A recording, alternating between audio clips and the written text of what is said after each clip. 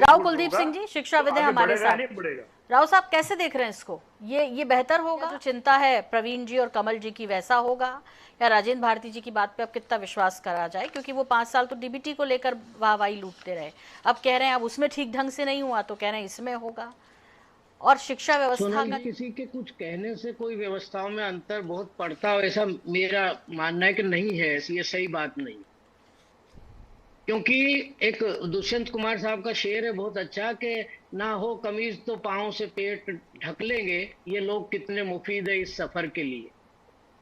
तो ये गरीबी की वजह से जितनी समस्याएं आती कि पैसे माँ बाप ने दूसरे कामों में खर्च कर दिए या उसको और कहीं उपयोग कर लिया, तो ये इस समाज की तस्वीर है। और दोनों ही पद्धतियां कोई आज पहली बार नई लागू हुई है ऐसा नहीं है, पहले भी कोई, यहाँ तक कि करीब 28 साल पहले तो लिख दिया गया था कि ऐसे ऐसे तरह का कपड़ा लिया जाएगा, ऐसी कलर की पैंट होगी और ऐसी धारी वाली शर्ट होगी। तो अगर आरोप प्रत्यारोप करना है तो ये तो खेल चलता रहेगा, लेकिन वैसे तो डीबीटी सबसे अच्छी तरीका है कि कम से कम भ्रष्टाचार के साथ हितग्राही के पास अधिक से अधिक उसका पैसा पहुंच जाता है। और कोई भी माँ बाप इतना निर्दयी नहीं होगा कि वो उसके पैसे पर, लेकिन फिर भी मजबूरियां रहती है। साइकिल के टाइम भी ये सब हुआ था, साइकिल के लिए भी बार बार ऐसा सोचा गया।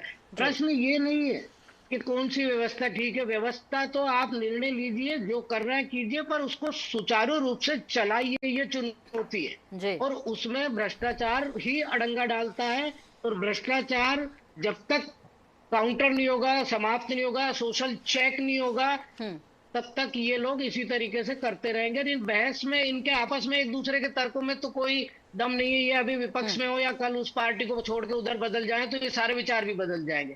शिक्षा राजनीति की चर्चा का विषय है ही नहीं। आप जब शिक्षा का विषय रखो तो आप, सरकार है, बुलाना पड़ता आपको भी पैनलिस्ट, पर मैंने इतने सालों से देखा कि इनका किसी तरीके का कोई शिक्षा के प्रति कोई बात नहीं रहती, बस पार्टी का स्टैंड रहता है, वही यहाँ आके व्यक्त कर देते। सर जल्दी से शिक्षाविद जो हमारे साथ है, पूर्व में काम कर, सोनल जी, मेरा कहना होना चाहिए वो आदर्श और सिद्धांतिक रूप से भुगतान होना चाहिए और उनको रोजगार दूसरा विकल्प नहीं है। पारदर्शिता की दृष्टि से डीबीटी से अच्छा कुछ भी नहीं है। चलिए ठीक है, बस ये सुनिश्चित राजेंद्र भारती जी जल्दी से डीबीटी के माध्यम से, देखिए अभी बहुत शंकाएं हैं पहले ही हैं, और क्या करें, कुलदीप सिंह जी ने ही हमारी बात को बड़ी गहराई से उसका समर्थन दिया है। उन्होंने उस बात अपने वो बात निकाल ली, ये बात नहीं निकाली कि डीबीटी बेहतर थी।